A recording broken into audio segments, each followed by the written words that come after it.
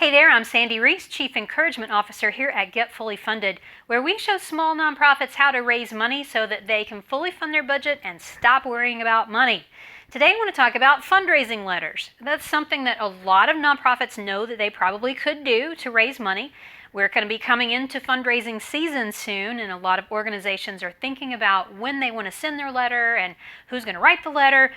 But I wanted to give you a couple of tips about that. There's a huge mistake that a lot of nonprofits make, and I don't want you to make this mistake. And the mistake is there's no ask in the letter.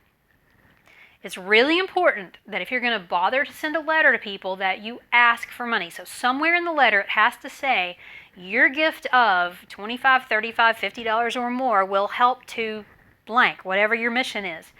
If you say, we hope that you'll support us this year, people don't really know what that means. That's too vague.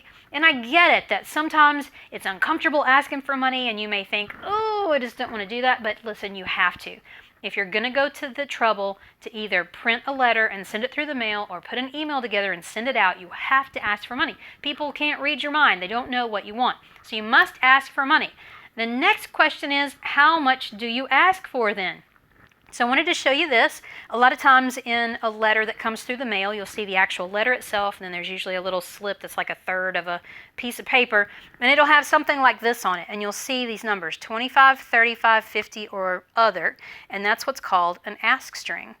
You have to figure out how much you want to ask for. This is pretty common. You'll see this a lot, and does this work? Yes, it does. You can figure out what your numbers are, and one of the best ways to do that is to pull the data of all the donations that have been made in the last year and look and see if there are common numbers that are being given. So in other words, do you have sweet spots? If you were to pull out of your donor software all the donations, like all the donations, not just the donors, but every gift that's been made, and you look at it and you see that, like, wow, we have a lot of people who are giving $15, then you're going to want to include $15 in that string. You also want to think about, and I think this is probably more important, this is probably the most important thing I'm going to share with you today. I would choose these numbers based on how those numbers are going to change lives. So now we're talking about your core number. And if you don't know what your core number is, go to getfullyfunded.com/blog and type in core number in the search bar. And you will find an article that will talk all about core number. It's basically what it costs you to deliver a unit of service.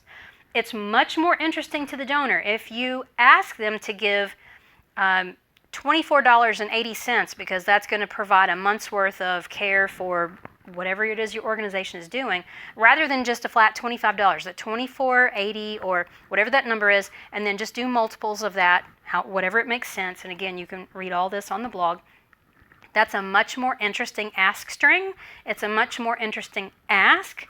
So what happens then is your prospect or your donor is looking at that letter and it says for $24.80 you can, whatever it is, you can provide a month's worth of care for a homeless person, or a month's worth of care for a dog, or food and clothing and education for a child in Africa, like whatever it is your organization does. People can imagine what that is. They can understand how their money is going to be used, and you'll see them respond more. They'll be checking those blocks, and they'll be making their donations. You'll get more envelopes back through the mail, which is always very exciting. That was always my favorite part of fundraising, was to see what was in the mail. You'll also see, if you're sending out an email appeal, you'll see more people clicking the Donate Now button, making those donations.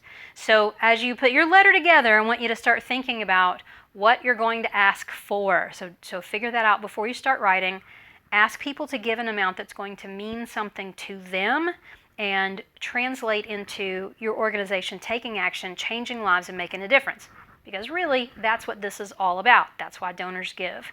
You can get more tips just like this on our blog at getfullyfunded.com/blog and on our YouTube channel at getfullyfundedtv.com. See you next time.